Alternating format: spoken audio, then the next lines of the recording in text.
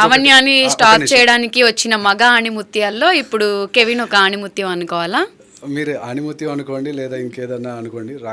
రాక్షసి అన్నాను కదా, రాక్షసుడు అనుకోండి. ప్లే గర్ల్ అన్నాను, ప్లే బాయ్ అనుకోండి, ఏదైనా అనుకోండి. సరే, ఫైనల్గా మీకు ఏం కావాలి? లావణ్యతో మీకు ఏం కావాలి? మీ ఫైట్ దేనికోసం? అది ఇప్పటి వరకు నాకు ఆన్సర్ రాలేదు. నా ఫైట్ తన కోసం కాదండి, నా ఫైట్ వేరే ఫైట్. నేను 2 కేసులు ఫైట్ చేస్తున్నాను. ఒకటి ఓల్డ్ ప్రొడ్యూసర్స్ కాదల్ అనే మూవీ ఒకటి ఉంది. ఓకే, ఆ మూవీలో నేను ఒక 30 lakhs ఇన్వెస్ట్ చేశాను. ఓకే, ఇది ఇన్వెస్ట్మెంట్ అగ్రిమెంట్ దానికి సంబంధించి. ఓకే ఓకే, డైరెక్టర్ వచ్చేసి కళ్యాణ్జీ గోగన. ఓకే, వల్లి చైతన్య, హర్ష గద్దం శెట్టి, కాసిం వల్లి అనే ముగ్గురు జేకే క్రియేషన్స్ బ్యానర్ పైన. జే అంటే జేడి చక్రవర్తి గారు, కే అంటే కాసిం వల్లి, అతని రైట్ హ్యాండ్ అనమాట. సో వాళ్ళు ఒక మూవీ స్టార్ట్ చేసి 50% షూటింగ్ అయిపోయింది.